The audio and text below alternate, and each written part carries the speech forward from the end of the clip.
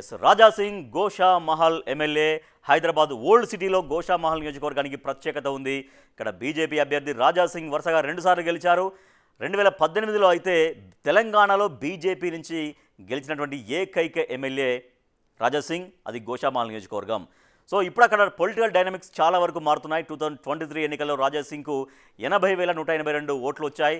BRS నుంచి పోటీ చేసినటువంటి నందకిషోర్ వ్యాస్కి 58,725 ఓట్లు వచ్చాయి. సో 21,457 ఓట్ల మెజారిటీతోటి 54.09 ఓటింగ్ షేర్ తోటి రాజా సింగ్ అక్కడ గెలుపొందారు. సో హిందుత్వవాదాన్ని చాలా గట్టిగా వినిపిస్తుంటారు. బీజేపీలో రెబల్ లీడర్గా రాజా సింగ్ మారారు. సో దాని నేపథ్యంలోనే ఇటీవలే బీజేపీ ఆయన్ని పార్టీ నుంచి సస్పెండ్ చేసింది. సో మరి ఇప్పుడైనా బీజేపీ ఎమ్మెల్యేగా గెలిచినా కూడా పార్టీ సస్పెండ్ చేసింది కాబట్టి సో మరి ఇప్పుడు ఆయన ఒక ఇండిపెండెంట్ ఎమ్మెల్యేగా మనం పరిగణించవచ్చు. ఈ 19 నెలల్లో గోషా మహల్ సెగ్మెంట్ని అభివృద్ధి చేశారా లేదా, రాజా సింగ్ పనితనం గురించి అక్కడ జనం ఏమనుకుంటున్నారో, ఎంత స్కోర్ ఇచ్చారో చూద్దాం. బిగ్ టీవీ సర్వేలో ఏం తేలింది. So MLA Raja Singh, Gosha Mahal MLA రాజా సింగ్కి అక్కడ జనం చెప్పినటువంటి ప్లస్ పాయింట్స్ ఏంటి చూద్దాం. ప్లస్ పాయింట్స్ చూస్తున్నాం. రాజా సింగ్పై ప్రజల్లో సానుకూలత ఉంది. ఓకే, హిందూ ధర్మం కోసం పోరాడే లీడర్గా మంచి పేరు ఉన్నది. తర్వాత గోవధను వ్యతిరేకించడంలో కీలక పాత్ర. ఎక్కడన్నా గోవులు వధకు గురవుతుంటే అక్కడికి వెళ్తారు, దానికోసం ఎంతైనా కూడా నిలబడతారు. ఆ గోవధని చాలా వరకు కొంచెం నియంత్రించే ప్రయత్నం చేస్తుంటారు. దాన్ని వ్యతిరేకించడంలో కీలక పాత్ర పోషించారనేది ప్లస్ పాయింట్గా ఉన్నాయి. నెక్స్ట్ ప్లస్ పాయింట్స్, రాజా సింగ్ను సులభంగా కలిసే అవకాశం, ఎవరైనా ఈజీగా కలవచ్చు. అది ఒకటి ప్లస్ పాయింట్గా ఉంది. టూరిజం కోసం ధూల్పేటలో హనుమాన్ విగ్రహం అనేది ఒక భారీ హనుమాన్ విగ్రహం ఏర్పాటు చేయడం అనేది కూడా ధూల్పేటలో చాలామంది ఆ హనుమాన్ విగ్రహాన్ని వెళ్తారు, దర్శించుకుంటారు. తద్వారా టూరిజం అనేది అక్కడ పెరుగుతుంది అక్కడ. అలాగే వ్యక్తిగత నిధులతో అభివృద్ధి చేసినటువంటి రాజా సింగ్, సో దాన్ని ఆ విగ్రహాన్ని వ్యక్తిగత నిధులతో ఆయన ప్రభుత్వ నిధులతో కాకుండా వ్యక్తిగత నిధులతోటి ఆయన డెవలప్ చేశారు. అదొక మంచి పేరుంది ఆయనకి. ప్లస్ పాయింట్స్ నెక్స్ట్, సెగ్మెంట్ పేరు జాతీయ స్థాయికి తీసుకెళ్లారు. సో ఆయన చేసేటువంటి చర్యల ద్వారా కావచ్చు, ఆయన ఎప్పుడు వార్తల్లో నిలుస్తుంటారు. సో తద్వారా గోషా మహల్ పేరు జాతీయ స్థాయికి తీసుకెళ్లడంలో ఆయన సక్సెస్ అయ్యారు. హిందూ మత సంబంధం అంశాలపైన ఎక్కువగా రియాక్ట్ అవుతుంటారు. శ్రీరామనవమి, హనుమాన్ శోభయాత్రల్ని నిర్వహిస్తుంటారు. మొత్తం హిందుత్వ వాదన చాలా గట్టిగా వినిపిస్తుంటారు Raja Singh. Next plus points, రాజా సింగ్కు క్యాడర్ నుంచి మంచి సపోర్ట్ ఉంది. తర్వాత హిందూ ధర్మాన్ని కాపాడే నాయకుడిగా గుర్తింపు ఉంది. ఆయన అనేక కార్యక్రమాలు చేస్తుంటారు. హిందుత్వం మరింతగా బలోపేతం చేయడం కోసంగా కొత్త ఉస్మానియా హాస్పిటల్ నిర్మాణంలో పురోగతి మనకు ఆయన కలిసి వచ్చేటువంటి అంశంగా మనకు కనిపిస్తోంది. ఎస్, మైనస్ పాయింట్స్ చూద్దాం. ప్లస్ పాయింట్స్ చూసాం. మైనస్ పాయింట్స్ ఏంటి రాజా సింగ్కు సంబంధించి?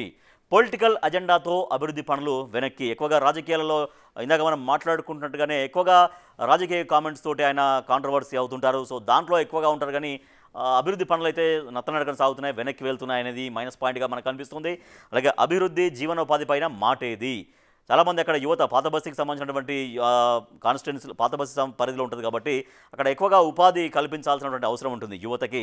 సో దానిపైన ఎటువంటి ప్రణాళిక లేదు అనేది. మతపరమైన కార్యక్రమాలకే ఎక్కువగా ప్రాధాన్యం ఇస్తూ ఉంటారనేది కూడా మైనస్ పాయింట్గా మనకు కనిపిస్తుంది. నెక్స్ట్, మతం గురించి చేసే వ్యాఖ్యలతో వివాదాలు, మత నాయకుడిగానే జనంలో గుర్తింపు. రాజా సింగ్ అంటే కేవలం మతం, హిందుత్వం గట్టిగా వినిపిస్తాడనేది అది కొంతవరకే పనిచేస్తుంది, కానీ దాంతోపాటు అభివృద్ధి కూడా కోరుకుంటారు కదా జనం. మరి సో అభివృద్ధి అనేది ఎక్కువగా లేదు, మతపరమైన వివాదాల్లో ఎక్కువగా ఉంటారనేది ఆయనకు అదొక మైనస్ పాయింట్గా మారింది. బీజేపీకి రాజీనామాతో భవిష్యత్తుపై నో క్లారిటీ. సో బీజేపీ ఫైనల్గా అయితే బీజేపీ ఆయన సస్పెండ్ చేసేసింది. చూసింది ఫైనల్గా సస్పెండ్ చేసేసింది. So what next? మరి నెక్స్ట్ ఏంటి? రాజా సింగ్ భవితవ్యం ఏంటి అనేది ఇప్పుడు అది కూడా మైనస్ పాయింట్. ఎందుకంటే ఆయన వెల్గా ఉన్నప్పుడే, ఆయన కరెక్ట్గా పొజిషన్లో ఉన్నప్పుడే అభివృద్ధి చేయగలుగుతారు. కానీ ఇప్పుడు ఆయన రాజకీయ ప్రస్థానం గురించి ఆయనకే ఒక క్లారిటీ లేకపోతే అది అభివృద్ధి పైన పడుతుంది ఆ ఎఫెక్ట్ అంతా కూడా. సో అది మైనస్ పాయింట్గా ఉంది. సో గోషా మహల్ నియోజకవర్గ ప్రజలు ఏం కోరుకుంటున్నారు ఆ ఎమ్మెల్యే దగ్గర నుంచి? ఎస్, రాజా సింగ్ నుంచి ఏం కోరుకుంటున్నారు? విగ్రహ తయారీదారులకు జీవనోపాధి కావాలి. అక్కడ ధూల్పేట మొత్తం ఎక్కువగా విగ్రహ తయారీదారులు ఉంటారు. కొన్ని వేలాది మంది విగ్రహ తయారీదారులు అక్కడ జీవనోపాధి సాగిస్తుంటారు. ఇప్పుడు అసలే వినాయక చవితి దగ్గరికి వస్తుంది. సో ఈ నేపథ్యంలో అక్కడ వినాయక విగ్రహాలని మొత్తం అక్కడి నుంచే తయారవుతూ ఉంటాయి. సో వాళ్ళందరికీ జీవనోపాధి కావాలి. ఎందుకంటే ప్లాస్టర్ ఆఫ్ ప్యారిస్ విగ్రహాలపైన ఆంక్షలు ఉన్నాయి కాబట్టి అనేక వ్యాపార సమస్యలు ఉన్నాయి. సో వాళ్ళందరినీ ఆదుకోవాలి. మరి ఆ మట్టి విగ్రహాల తయారీని ప్రోత్సహించే విధంగా వాళ్ళకి కూడా జీవనోపాధి ఎక్కడ ఇబ్బంది కాకుండా చూడాల్సినటువంటి అవసరం ఉందనేది వాళ్ళు కోరుకుంటున్నారు. నెక్స్ట్, ప్రత్యామ్నాయ జీవనోపాధిని చూపాలి వాళ్ళందరికీ, వెంటనే పారిశుద్ధ్య చర్యలు చేపట్టాలి, ఎక్కడికక్కడ చెత్త పేరుకుపోకుండా చూడాలి అని జనం కోరుకుంటున్నారు. నెక్స్ట్, తాగునీటిలో డ్రైనేజీ కలవకుండా చేయాలి, తాగునీటి సమస్యపై ఫిర్యాదు చేసినా పట్టింపేది. అక్కడ కొన్ని ప్రాంతాల్లో డ్రైనేజీ వాటర్ కూడా కలవడంతో అక్కడ నీరు కలుషితమవుతుంది. సో అందుకని వాటిని క్లియర్ చేయాలి, వాటిని కలవకుండా చూడాలని గతంలో కంప్లైంట్ చేసినా కూడా పట్టింపు లేదు అనేది జనం నుంచి వచ్చిన కంప్లైంట్. అది కోరుకుంటున్నారు, అది అటువంటి ఇబ్బంది కాకుండా చూడాలని జనం కోరుకుంటున్నారు.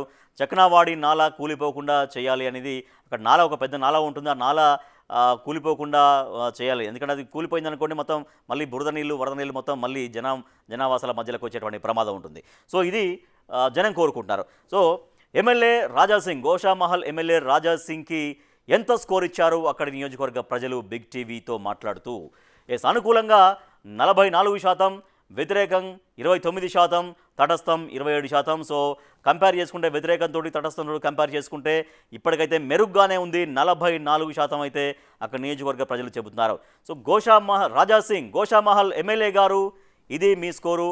బిగ్ టీవీ సర్వేలో మీ నియోజకవర్గ ప్రజలు బిగ్ టీవీతో చెప్పినటువంటి వివరాల ప్రకారం బిగ్ టీవీ మీకు ఇస్తున్నటువంటి స్కోర్ ఎంత అంటే 44%.